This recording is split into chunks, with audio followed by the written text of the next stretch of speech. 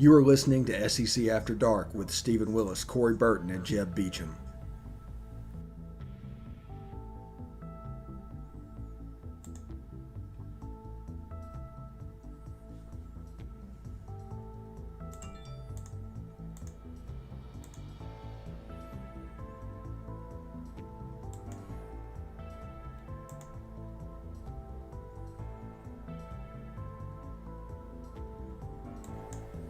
All right, welcome to the inaugural episode of SEC After Dark. I am Stephen Willis, along with Corey Burton. We're going to have a little fun talking SEC football over the next hour or so. I see that. What you got? A Sam Adams Summerall? I'm completely on brand with my Land Shark beer. You would be. Palmcast special. Yes. And I got bottle caps behind me on my shelf. People don't even know this, but every time I drink a beer on the air, I can only do it when I drink it on the air. I put the lid over there on the shelf. I think we're up to 6 or 7 at this point. Do you flick it behind you? No, that would get messy in a hurry. I just set it on the top shelf. It's right next to the Lane Kiffin bobblehead. Attaboy. Yeah. So, you can catch us on Twitter at the Stephen Willis and at the Rebel Watch. You can catch us on Facebook, facebook.com/Palmcast, facebook.com/The Rebel Walk. You can catch us on YouTube at positivelyolemiss. Hit the bell, subscribe. That way you'll not only know that we're streaming, you'll know what we're streaming about. And we're on Twitch at positivelyolemiss. Now, also, Corey is going to share it to his platforms. Where are you going to share it to? Well, I'm going to share to my personal Facebook, Corey Burton. I'm going to share to my Believe in Georgia Dogs YouTube channel. I do have a Believe in Georgia Dogs Twitch account. Still trying to figure that out, but I have one. So give me a follow, give me a subscribe to it. Check out my stream. Israel and I are back in action this Thursday. We're going to start our opponent previews. We're going to kick it off with the Kentucky Wildcats. Looks like with Vinny Hardy. We're going to do that over on Brinks TV. Check us out on all social media platforms at Believe in Dogs. Of course, my personal one is up there at Coach Burton 36. And we will stream that through that Twitter account as well. I'll probably share all that through Palmcast early on, but you can catch me over on the Believe Network on Believe in Georgia Dogs. And of course, there's another show that's going to be simulcast right here and on Believe. It's going to be, I don't know if you want to give out the name, Steve, or I don't know if you want to give away the dirty secrets. Yeah, it's the Beast of the East podcast. Right. The Beast of the East is going to feature me and Craig Ladd. It was formerly known as Coaching Chatter, but we rebranded, wanted to take a really good focus on the SEC, the Southeastern Conference Eastern Division, because he's a Tennessee guy, I'm a Georgia guy, and most of my contacts are SEC East contacts, so why not, right? Right. And we're also working to find people to host the Best of the West show on this channel. And they're probably, I think right now we're looking at somebody from Alabama and somebody from Arkansas potentially, but it will not be me. And it'll be right here on this channel as well. So we'll have SEC After Dark, Beast of the East, and Best of the West right here on the Positively Ole Miss channels and simulcast over on the Believe YouTube page and things like that. Oh man, it's exciting stuff, man. We're getting wall to wall SEC coverage, and it's right on brand for the fan, by the fan. I love it. I've got a slight other perspective beyond just a normal rabid college football fan. I am a high school football coach, so I mix that perspective into my fandom. Sometimes I wear my fan hat, and I don't put on my coaching hat when I watch the game because sometimes I like to just turn my brain off. But that's the perspective I bring. So, my Believe in Georgia Dogs podcast is the same way. Israel's a former player, and he's also a high school coach, so we kind of mesh our two perspectives. But we are purely analytical. We're not journalists. We're not news breaking. We're not going to give you live coverage of the press conference and breaking stories. We're going to react to all of that stuff. And you're going to get our perspective. So that's how we roll. And Steve, I guess that's how we roll here on SEC After Dark. Yes, absolutely. And you can count on the fact, I believe you and I are two of the only people that are hosting a podcast together that have ever worked inside of college football program. Yeah. We've been actual staffers. Now, there's a lot of people on the Believe Network that were former players, but our unique perspective, you were a video guy, and I was a recruiting guy. And so I was a recruiting assistant as a student. Back in the days before all this, I wish I was a recruiting assistant now because the job is so much cooler because you're doing like graphic design and short videos and stuff like that. Me, I was just stuffing envelopes and taking names at camps and running the apparel store where I was giving out T-shirts and selling cleats at the football camps. I was stuffing and alphabetizing questionnaires and sorting out recruiting tapes and determining, of the random submissions, who was worthy of being actually looked at and who was worthy of the circular file. Yeah, and funny enough, like me being the video coordinator, I actually had an office in the Manning Center on there. But back then was when Pete Boone was in charge of the athletic department, and we actually had to do things like inventory the total number of tapes that we had in the building and things like that because money was notoriously tight at that point. Oh yeah, and that was before this big boom because back then Ole Miss's total athletic budget was somewhere in the 25 to 30 range million. 25 to 30 million dollars. Now it's somewhere around 110 million, and that is in 14 years or so. That's not bad. It's not a bad jump. Yeah, it's pretty good.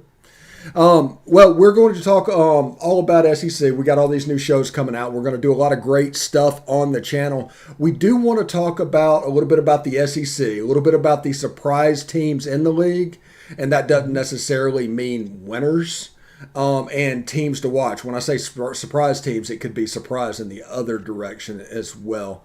And we'll just start off going around the SEC, which was the previous brand of this show, and just for general thoughts, like the one thing that I have, and I keep coming back to it over and over and over again, there's two things at the top of the league that people need to keep an eye on. One, will Kirby take his thumb off the offense at Georgia? And two, will Alabama have a slow start since they have to replace everybody, including an offensive coordinator?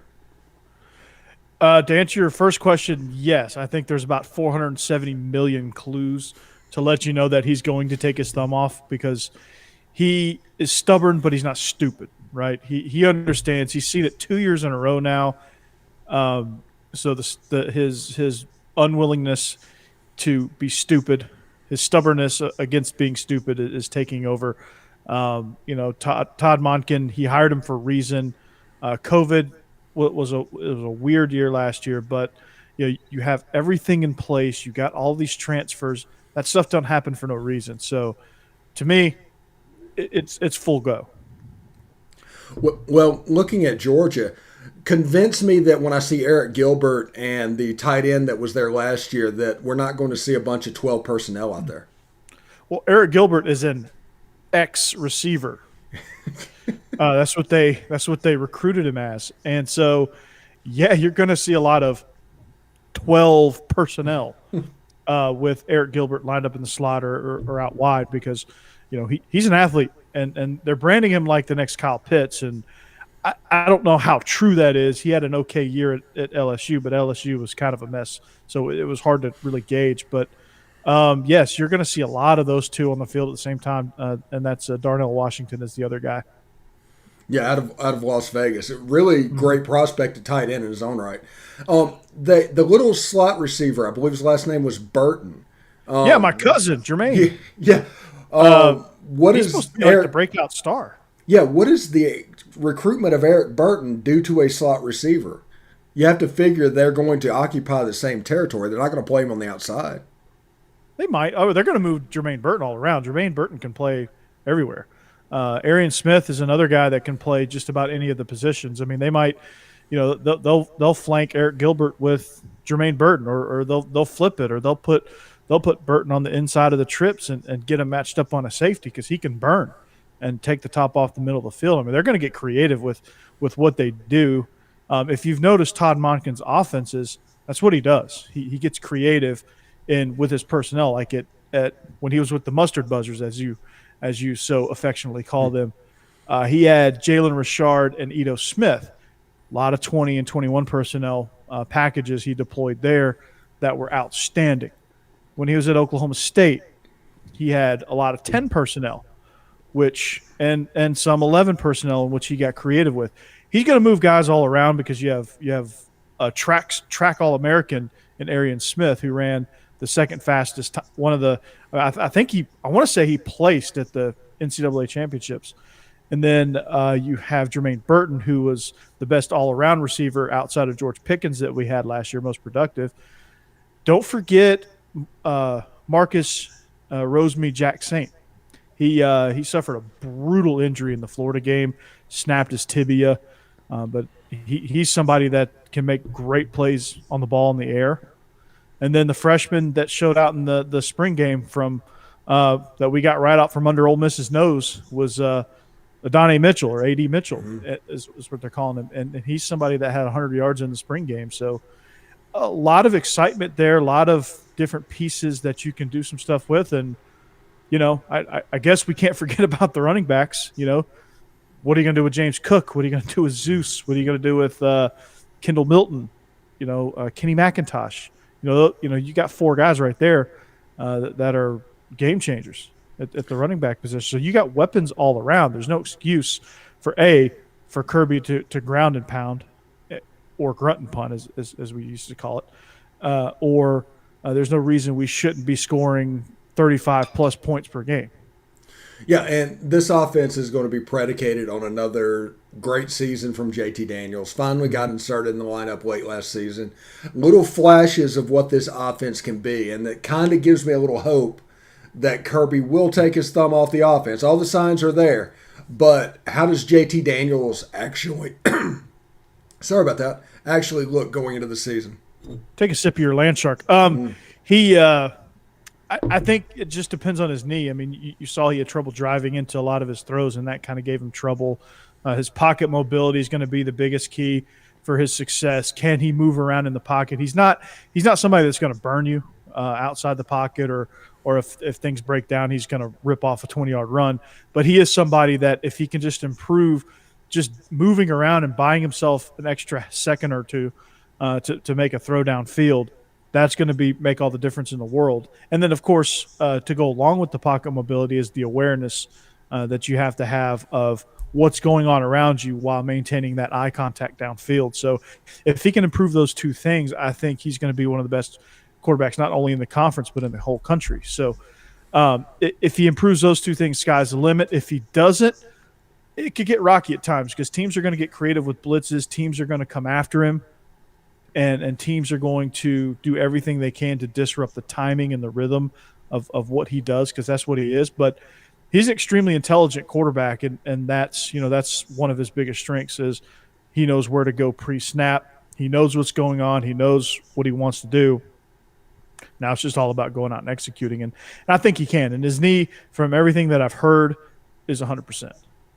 Yeah, and we'll absolutely see what goes on. A lot of people forget that the year that Matt Corral got selected to the U.S. Army All-American game, JT Daniels reclassified up to Matt Corral's class and signed with USC. So he's actually a year younger than what you should be at this age. Yeah, he started, which should have been his senior year in high school. He started at USC. So his development he was really kind of emotionally and intellectually immature for the college game when he was at USC. So that kind of gives you a false sense of whether you say his freshman year was successful or not. That kind of gives you, either way, it's kind of like I guess you got to kind of take it with a grain of salt because he was probably too young to be playing in that spot. So I think he did well for it, but also I think he was still underdeveloped. Then he got hurt. Then Keaton Slovis beat him out. And then, he transferred. So, I think it's one of those things where he's still developing, as crazy as that sounds. And I think this year you're going to see, hopefully, him put it all together. He's had a full cycle ever since he got inserted in the Mississippi State game.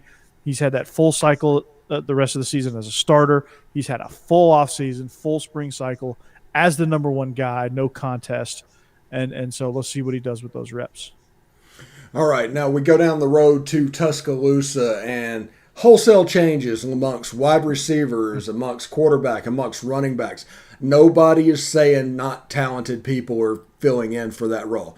But there is a coalescing because you have a quarterback that didn't get as much mop-up work as Mac Jones did, as Tua did, as on down the line. He wasn't ready to do it.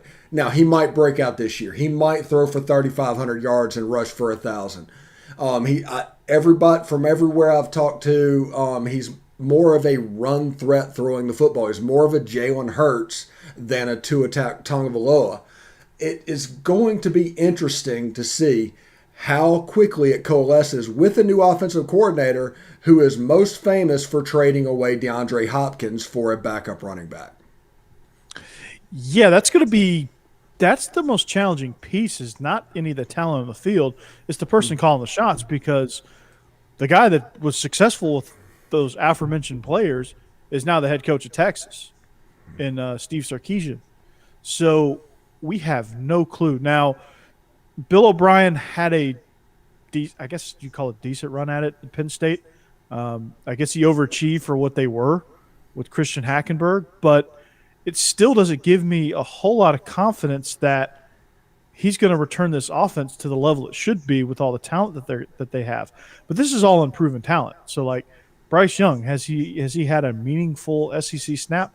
Nope. John Mechie III, he's your lead receiver. You lose two high first-round receivers. That's got to hurt.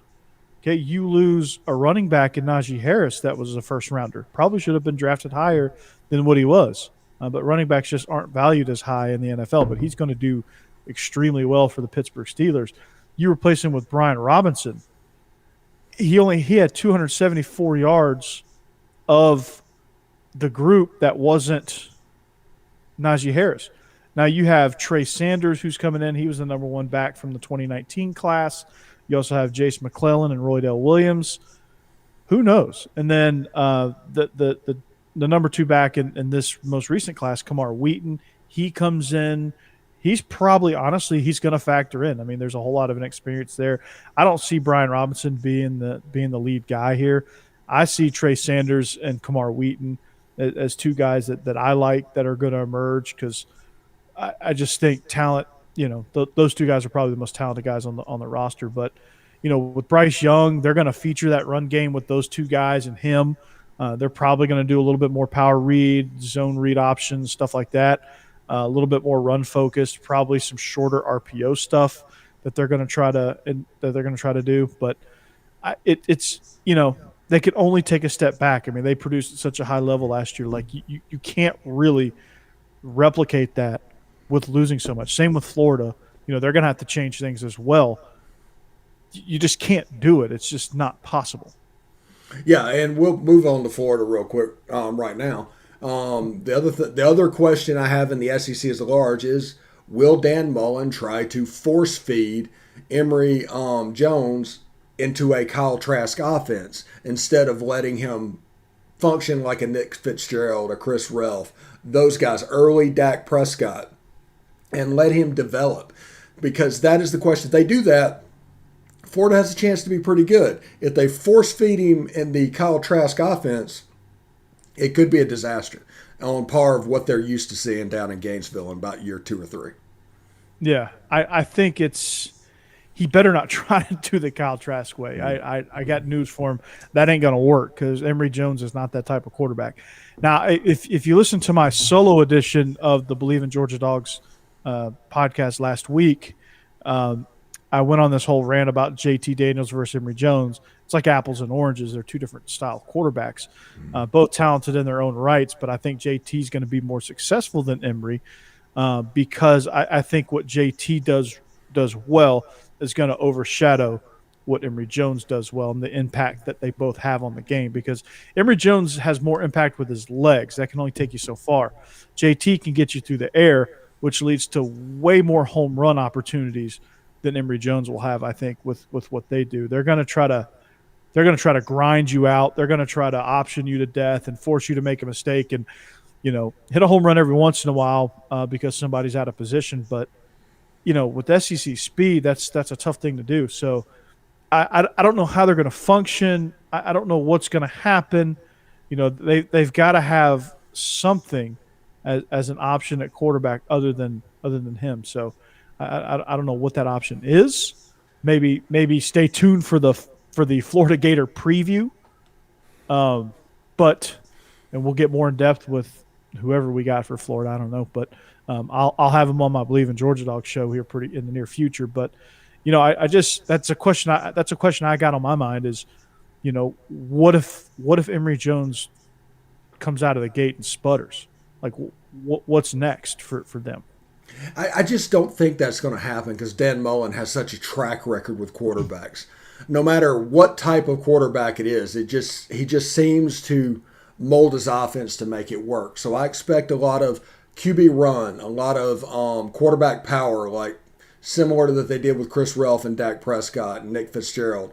The running backs are going to have to get on the board early, and the outside receivers, they got a couple of 5-stars out there that's going to be running double moves on the play action with the free safeties and cornerbacks coming up to deal with the run game. I think it could be interesting to see Florida if they do that. Now, all bets are off if they do the Kyle Trask offense and just try and drop him back. Oklahoma last year will happen again. I think Emory Jones threw a pass against Ole Miss that was one of the worst I've ever seen. And if you have a question about it, look down there on the YouTube page. There's a Florida preview with David Waters where he talks about the 2021 season. He'll be available to do that. So he'll give you his thoughts on it. But until I see it actually happen, I've seen way too many coaches try to square peg and round hole a thing. Yeah, I don't think Mullen's going to square peg round hole, but sometimes the round peg and round hole just don't fit either, and I don't know until I see it if Emory Jones is going to work because he's tried those type packages with them before. You've got to have some ability to throw. You can't just be a one-trick pony in this league. It's not going to work, because he's not. If you're Michael Vick, you probably could be a one-trick pony. If you're Lamar Jackson, yeah, you could probably be a one-trick pony and not be able to throw very well. But he's neither of those guys, and I think it's going to be, tough sledding for him. I would rank him third amongst Dak Prescott and Nick Fitzgerald at best. He's right there with Chris Relf, which I wasn't overly impressed with Chris Relf, but it was Mississippi State. It's the best they can do. Surely. I'm kind of curious with how Anthony Richardson is developing and what their plans are for him as the backup. At what point, if Emory Jones struggles, do we see the backup that comes in? Yeah, it's going to be interesting because they have Alabama in September. I think they have another game in September that's really difficult as well. I don't have their schedule right in front of me. But a 2 or 3 loss September is well within the realm of possibility. Yeah, it's going to be it's going to be tough. It's going to be tough. It's I'm pulling up their schedule right now. They kick off the season with a tough one, Florida Atlantic. Then they're at USF. They host Bama, Tennessee. Then they're on the road at Kentucky to kick off October, home against Vandy. Then they're on the road at LSU. They got an open date before the cocktail party. And then they have South Carolina, Sanford, Missouri, and FSU to round out the season. So, just reading that out, just listening to it, I hear 4 losses. Yeah, Florida Atlantic, USF, Sanford, and Florida State, right? No, I think Florida State has a chance to jump up and get him. I'm a big Norvell guy. They really do. He's done a hell of a job rebuilding down there. Not to go ACC after dark, but yeah. I'm looking forward to that game, Florida State game, to basically see a progress report of both schools. This will be the first time that it's dipped at Florida, and this is going to be the first time in several years that it's spiked at FSU. I'm looking forward to seeing a recovered. I don't know if recover is the right word. Mackenzie Milton. I hope he plays extremely well. And I just have a good feeling about the Seminoles, and they are recruiting like gangbusters right now. They are. They're doing really, really well. I'm glad to see it. They're a program that, you know, as annoyed as everybody was in the 90s with them, with all the winning that they were doing, they were kind of like the Yankees of college football. But they're a team that needs to be good for college football to be interesting. Like, the ACC needs another program, right? They need another program. UNC, love them to death, not it, right? Virginia Tech, they tried the Memphis route. They hired the wrong guy, not it. Miami. Miami. Yeah, they're going to come around, and they're not there yet. They try to be it every year. They're not there yet. But if they give this guy time with what they're doing, they have a schematic fit that will give teams absolute fits, and you have the basically state of Miami thing that you can recruit to. They better get back to that. They don't do that anymore. They bet, like, what the hell is Manny Diaz doing? Because he knows better than that. Yeah, they got a commitment from a cornerback from Holmes County, Mississippi. I guarantee, and this is nothing against Holmes County, Mississippi. That player, is Kamari Rogers, is a heck of a player. But there's two of those guys in South Florida. Yeah. Mm-hmm. Right, probably right in your backyard, probably right up the road at St. Thomas Aquinas. Like, you have Ed Reed as your chief of staff. You know who Ed Reed is, right? Mm-hmm. Like, I am aware. You're aware. He was decent at football, right? Not only at the U, but in the NFL. Probably the greatest free safety to ever play the game. I would not argue that. I would not argue that. There was actually not to go around the NFL now, but there was a poll, like a comparison, like Troy Polamalu versus Ed Reed. I'm like, dude, Ed Reed, 100%. It's not a question.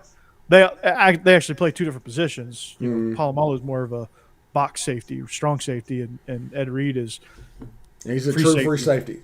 He's and the closest to Ed Reed, and I don't care what says, the untimely death of him is the only reason these two aren't mentioned back to back in the free safety world. But Sean Taylor also fit that bill.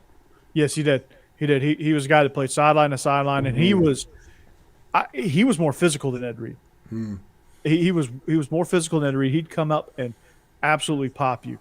And when those two were briefly playing together in the same region of the country, that's like you could watch a Redskin game, or actually now a Washington football team, but you could watch a Redskin game and then turn around, drive 90 minutes and watch a Raven game and see two of the greatest free safeties to play the game. Two of the most talented, I should say. It's not 90 minutes. It's closer to 40.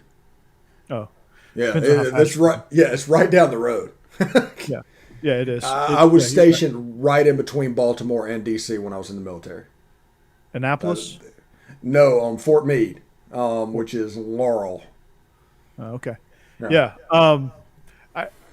I never made the trip from Baltimore to D.C. I've been to both cities. A friend of mine played baseball at GW, so I went and visited him in D.C. And we had those rivals camps in Baltimore, which was a lot of fun. Actually, the Inner Harbor was a lot of fun. Fells Point is legit. Yes. And it was the first time I'd ever had crabs with the Old Bay seasoning, like full on, like you get a mallet and you smash the crab up. I've never done that before. Well, crab cakes in football, that's what Maryland does. That's definitely what Maryland does. So let's get back to the Southeastern Conference, right? That was our NFL minute. Cheers. Cheers to the Boston Lager. Yeah. Boston College is not being the team in the ACC. Exactly. Sam Adams, Summer L for Corey. That's right.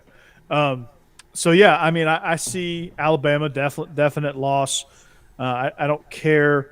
These two teams are kind of on similar planes as far as, like, replacing all this production, but Alabama's got more bullets in the gun. Kentucky, that's a really tough road game. The only thing keeping me from calling a Kentucky upset right now is the fact that Kentucky changed their offensive system, and I haven't seen it. That's true. That's the only thing keeping me from calling that right now, because defensively, that is going to be a nails unit, and Kentucky and Florida going through a new transition, and they look a little different. It's going to be tough. But it's tough for Florida to win if they don't score. Mm-hmm. And Kentucky is nasty against the run. Tennessee, that's going to be a you know what show. LSU at LSU. I don't care what you say. That's a very tough place to play. We'll talk about them as surprise teams. Yeah, that'll probably be a night game. If Max Johnson is quarterback, that's an L. Georgia, that's an L this year. That game could go either way. It usually does, but that's an L this year. At South Carolina, if they're reeling, that could be an L, but probably not. No. And then definitely Missouri. That's not an easy game. November game in that's a swing game. That's a swing game. That's the difference between a 7-5 and an 8-4 season. Between everything, all the alarm bells going off on the fan base, and okay, we made it to a decent bowl game and continue. Because 7-5 is not going to play well at Florida. It's not. Can you imagine you lose back-to-back at Missouri and then Florida and then home against Florida State? Yeah, imagine you lose those two. Well, I think, what is Georgia, the fourth from the end game of the season? There's a chance of going 1-3 to close out the season. That's a problem. It'd be 2-3. 2-3. Yeah, it'd be 2-3 because they play South Carolina, Stanford between those two. Oh, okay. Yeah, I mean, to go 2-3 to close the season after losing 2 straight with an open date in between, like you lose to LSU, you got another week to commiserate in that loss, and then you go up against Georgia, which, you know, there's no telling what Georgia could be like. If Georgia's surging by the time they get to that game, that's usually an L for Florida. So, and usually Georgia's, if they're playing well, they're red hot by the time they get to Jacksonville, and then, you know, there's no telling with Missouri. Missouri could be in a total tailspin, or they could be, you know, right there fighting tooth and nail for that second spot in the SEC East. Connor Bazelak is a quarterback when we get to surprise teams that you have right down there. Missouri's a team that's I think is going to surprise me in a good way, because Connor Bazelak, I really, really like him as a quarterback. And I think he's going to do some big things for Missouri. I think they've done a good job recruiting with Drinkwitz. You know, as far as what they were, where they are, kind of how things changed over, and just kind of who they are. Like it's Missouri. They're really kind of a Big 12 team disguised as an SEC team. So shocking. Yeah, I mean, and the area they have to recruit is not the greatest. So for him to do what they did, it's actually pretty good. So I think they're a team, and they're more on player development anyway. So I think they're a team that's gonna surprise people. So. All right, well, let's get into the surprise teams. I'm going to start off with an obvious one with everything that I cover, but Ole Miss is destined to be the surprise team in the SEC this year. The over-under is going to be set at somewhere around 8 or 9 games. The offense returns just about everybody but Elijah Moore.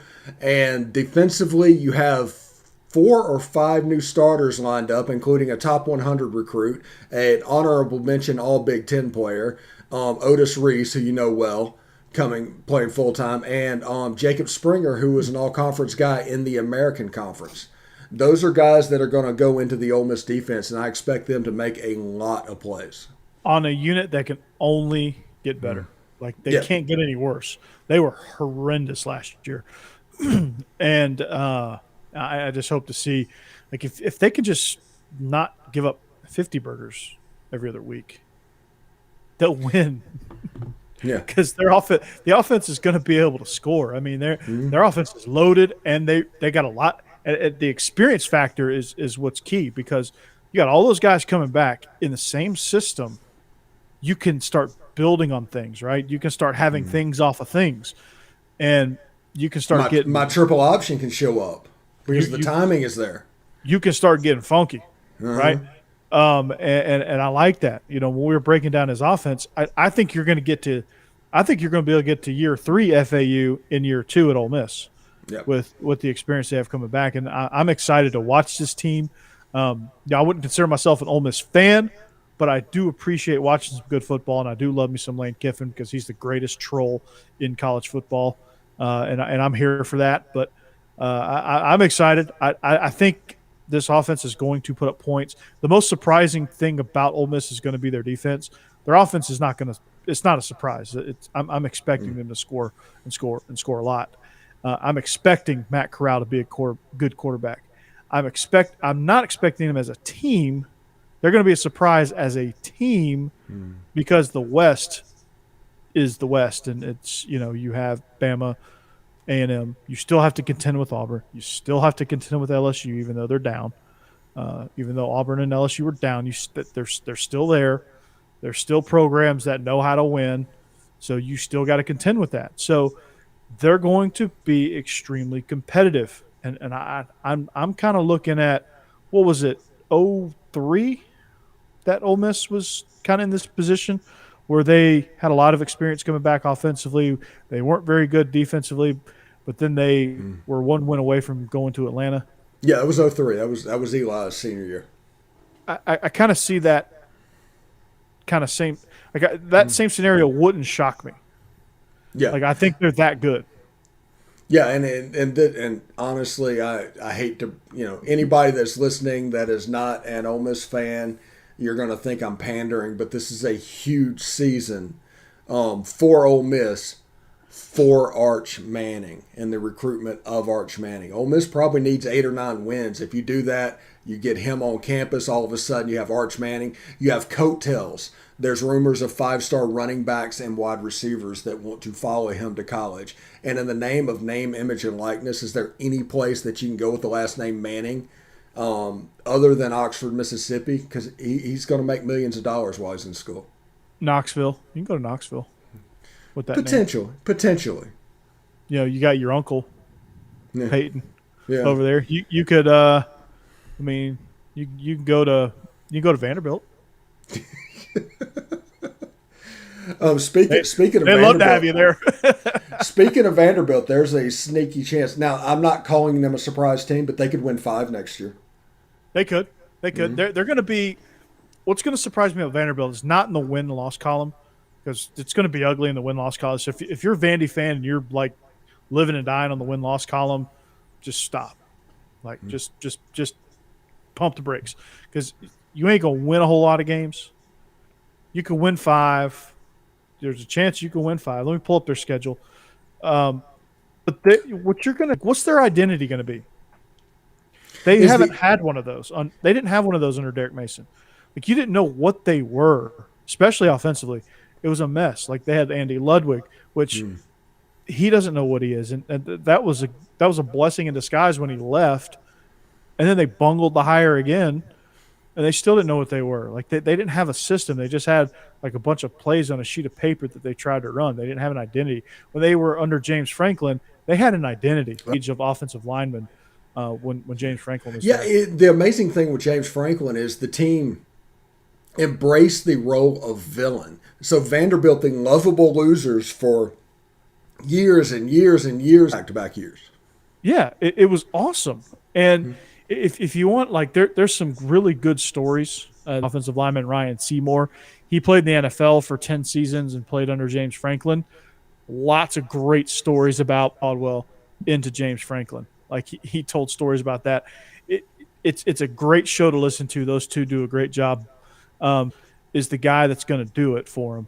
They need to build around him what he does best, and let's go, and be the 11 o'clock SEC Plus game every week because we're so bad. Like let's be let's be an SEC. The first step is be an SEC, Mississippi State, like Ole Miss, like South Carolina, like need to be in the game. Yeah, and their best case scenario is 6-6, right? Like you could East Tennessee, that's a win. You're going at Colorado State, that better be a win. You host Stanford, and they can work it. You might be able to outscore them. Yep. Then they host Georgia, that's an L. They host you, and you're looking at 3-2 heading into Florida, right? You're looking at 3-2 with swamp and kind of give Florida all that they want. At South Carolina, that's going to be kind of you're looking at like I'm looking at South Carolina right now. That's who we got to. That's our bar. Like chance, right? Will Rogers, Ken Seals. That's going to be a fun quarterback matchup. You hope because of a completely opposite reason than you think. It gets eerie in that place. It is quiet and it's hard. I've learned this from Ole Miss going up to Vanderbilt, up to Nashville every other year. Yep. 2016, they hosted them. Sleptwalk ended up losing Kirby's first year. So Missouri, they're probably going to be a weird environment. Probably going to be an 11 a.m. local kick. It's going to be one of those probably a gloomy. They can't lose the next game because it's open. Then you host Kentucky, which Kentucky's to play. It's not a hostile environment, but it's the polar opposite. It's just weird. Possibility of pulling that game out. That could be Clark Lee's signature win. That's fans. Like you could have a high school team out there. They expect you to beat Vandy, right? Yeah, they just continue. Yeah, I mean that's an easy thing to do because it's difficult. They don't. But they did. Well. You wanted to real quick. We only got about 15 minutes, but time's flying. I'm sure you wanted to mention Missouri as one of your surprise teams. I did. Yeah. I think I mentioned with Connor Basilick as being the guy that's going to be that guy that's going to drive this whole thing, right? I think it's going to be one of those things. You look at him, and it's going to be they're going to go as he goes, right? They've got a fan base that's really excited about what Drinkowitz is doing. He had a tough go at it, a 10-game SEC only schedule. They were ranked towards the tail end of the year, which means they got better and better and better. So I'm excited for what this team can bring to the table. I had them early on, like in my post-spring analysis, I had them finishing second in the East. The popular pick for second in the East is Kentucky. I called Michigan. Yeah, Michigan's going to finish second in the SEC East. Missouri finishing second in the SEC East. They have Tyler Batty as a running back. They lose that dude. I drawn a blank on his name. Larry Roundtree. They lose him. But Tyler Batty, Jalen Knox transferred away. Yeah, Jalen Knox transferred away. That's a big hit. But they got Tyler Batty, they got Kiki Chisholm, they got guard Case Cook Senior back, and then they got their center Michael Maietti back. I can't names. I gotta get good with these names here. So they got some talent coming back on the offense side of the ball. Those are some five key players there on defense. Trajan Jeffcoat, defensive end. Something that Missouri's always been great at is getting after the passer, which they've had really good guys to be able to do that. They're going to do that again this year. Devin Nicholson, Kobe Whiteside, Blaze Aldridge, all guys on the defensive front. You got two linemen, two linebackers that are going to be standout players, and then of course Martez Manuel on the back end at safety position is another key element to that defense. So I'm curious to know what they're going to do with all these guys. They got, like I said, they got a lot of people coming back. Offense is going to be expected to score in year two. They were dead even 5-5 on their 10-game SEC schedule, but they it's going to be fun. It's going to be fun to watch them, I think. All right, and before I go give my next surprise team, Connor Basilick reminds me of a freshman year Matt Corral. That is the ceiling that I think he can get to. Also, my next surprise team also is the LSU. I think they are going to underachieve what people think. They were 5-5 for a reason last year. They have a little bit of talent, but nowhere near where they need to be. And there's people making a lot of assumptions in regard to their wide receivers and their quarterback position. And for some reason, both corners. I don't understand that. But I do think that there's too many unknowns to put LSU at that level, and they will underachieve this year. I've seen this movie before. What are your thoughts on A&M? On A&M, I really like A&M. I want to see what the quarterback looks like.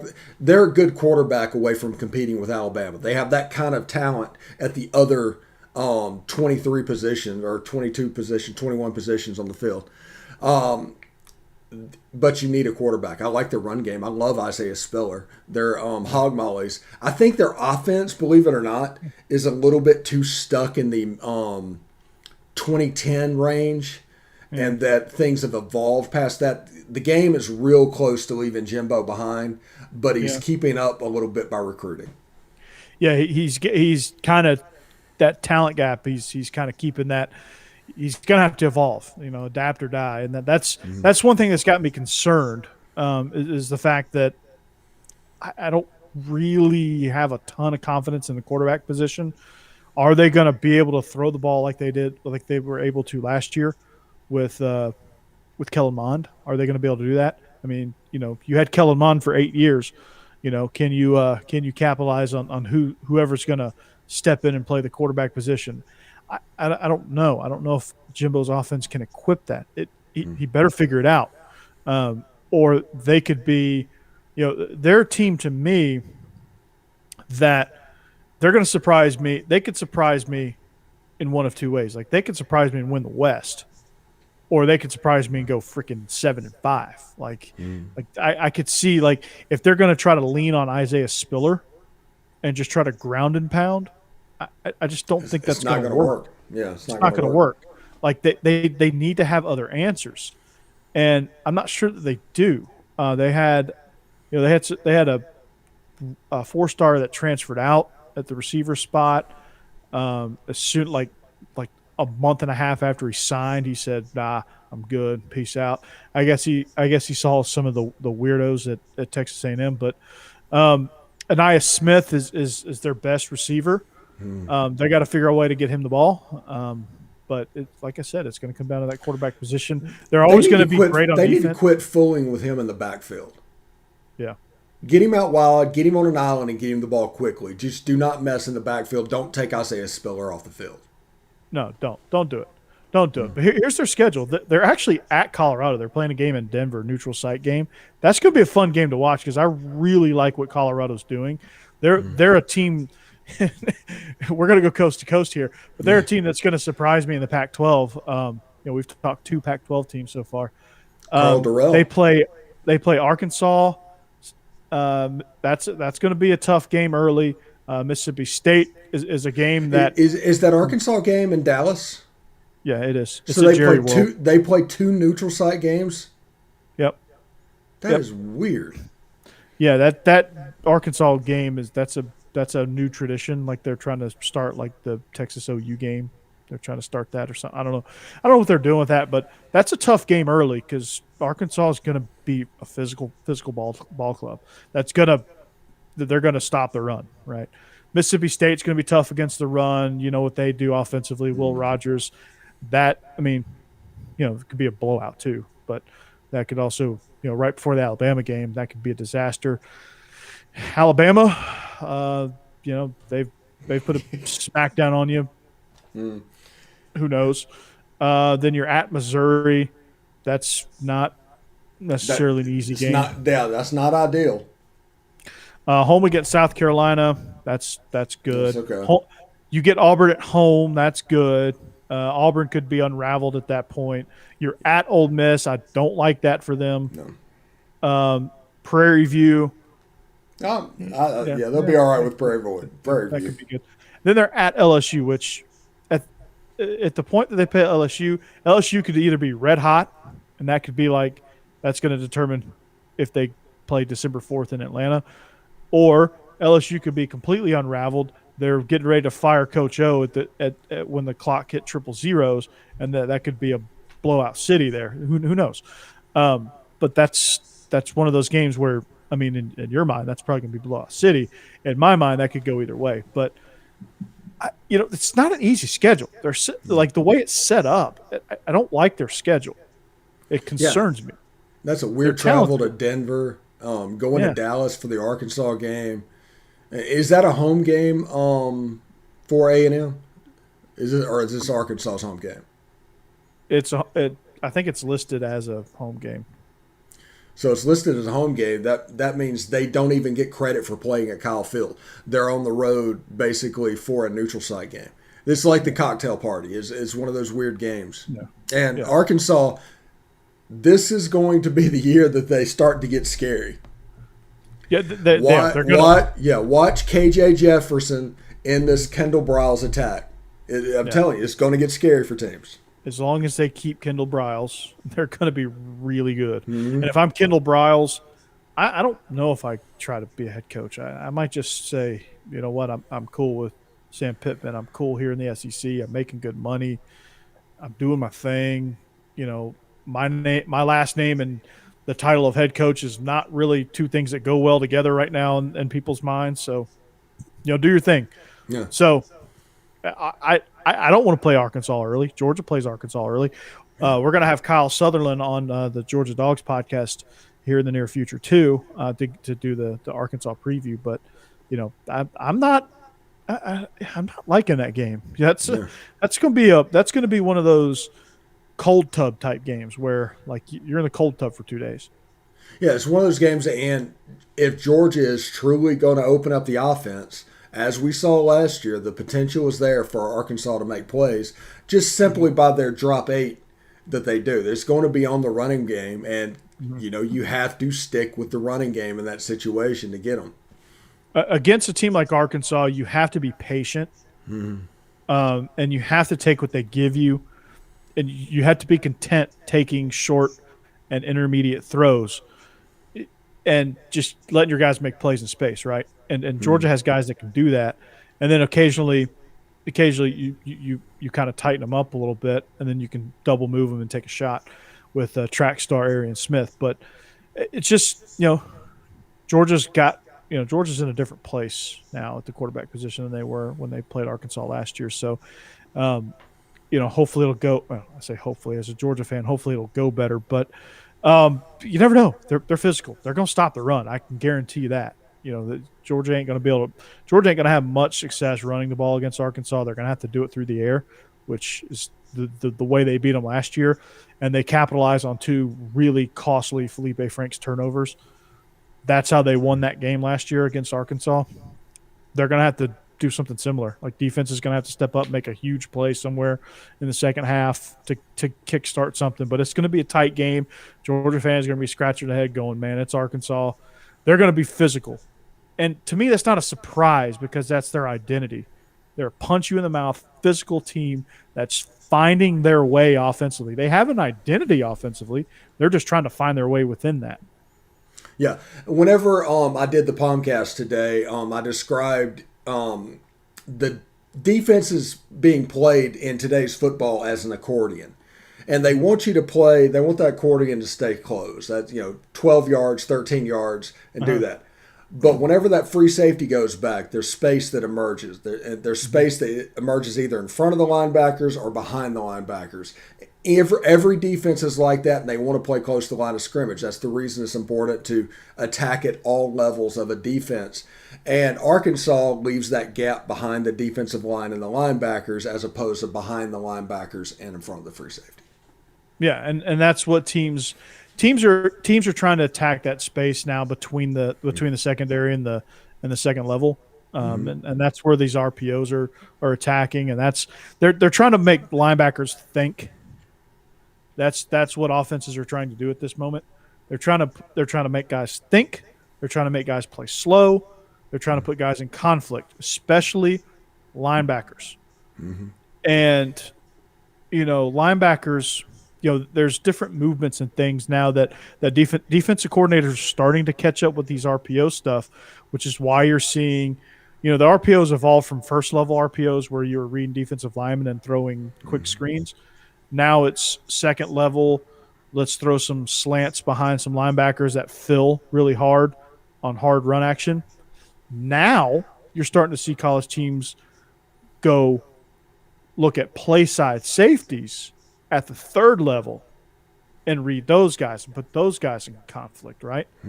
because you're taking advantage of, you get some of these run filling safeties that come down and leave space behind them, or you're getting guys that miscommunicate that come down and that wheel route goes right by them, or that post comes right behind them. And you're getting guys like that. You're getting guys that, or you're getting some of these where you take a few shots, you loosen up the safeties.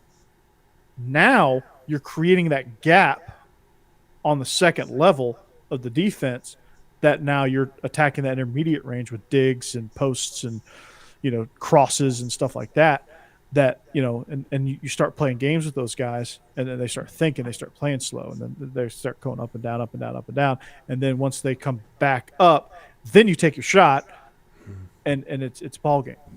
And go ahead. Go ahead. Oh, well, I was just going to explain. Like Lane Kiffin, let's look at Lane Kiffin's offense between the hashes.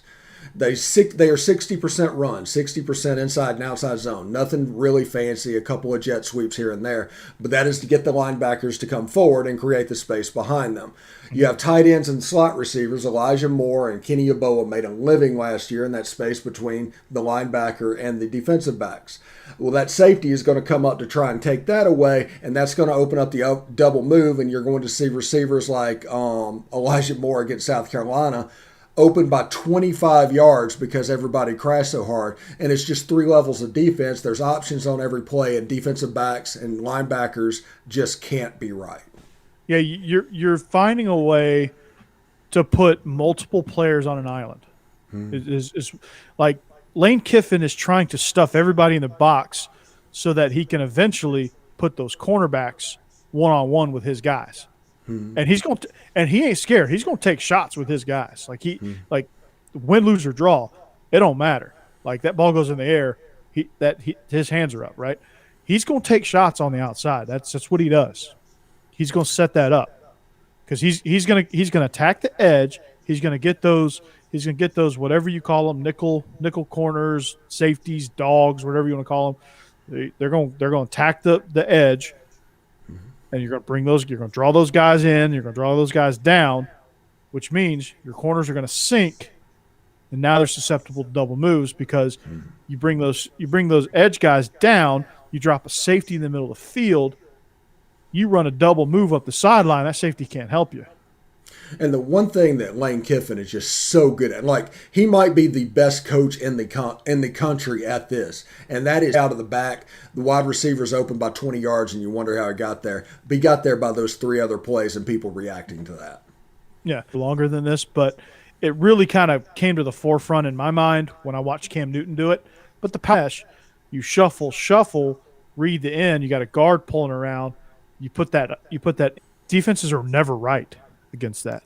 Yeah, if you got the right people running it, is pretty much unstoppable. Like if you got a running back that can trust that he's going to hold that mesh and trust that if he gives it to you, you can put the ball in the gut of the running back to the last possible second week, and then they just cut against the grain, go right down the middle of the defense and score. Yeah, you basically have teams to watch in the SEC. I'm going to take the Georgia Bulldogs. You 17-3. Yeah, I'm going to speak it into existence. Yeah, obviously Georgia's the team to watch in the SEC, and actually Ole Miss and Auburn for that team that's going to be, Alabama's my favorite over there in the West. A&M is kind of the team that's probably going to disappoint me there. Yeah, if Ole Miss has a defense that is ranked nationally between 60 and 80, one of them. And right now, as an Ole Miss fan, that's all you can expect in year two of Lane Kiffin. I didn't see what they have with Matt Corral and what they can put together to try to. J.J. Henry, slot receiver out of Texas. Braylon Brown, wide receiver out of Florida. Spring during the height of COVID. We didn't know if we were gonna have a 2020 season at the time. Miss, and of course, Matt Corral is. I listened to your pop. Spencer Rattler was, and they're he was number one on their list. Yeah, the same quarterback. The stylistically and all that stuff. If you watch one, they could change over and they'd look identical. At all the other conferences. Yeah, what do you think about Wisconsin? What are they going to do? I don't know about Wisconsin, but Brett Bielema at Illinois. Speaking Greg Schiano at Rutgers. Yeah, they're pesky, man. They're the Vanderbilt of the Big Ten. When the bell tolls for Jim Harbaugh at Michigan. Yeah. Ryan, let's see, I forget his name. Why? That's I have no idea. He's the only one. I mean, he has more playoff wins than Lincoln Riley, and Their roster's not that great, and they win every year. I get that. Like Lincoln Riley is a great coach. I like Lincoln Riley. I think a lot of him, but I don't know. they'd be system quarterbacks, not great players. That's true, but they have a place to go now in the NFL. That's the Arizona Cardinals. Yes. You could. They run the old Hank. Yeah. So for Corey Burton, I'm Stephen Willis. We went over an hour today. We're going to put the inaugural issue of SEC After Dark. Like I said, for Corey Burton, I'm Stephen Willis, and of course,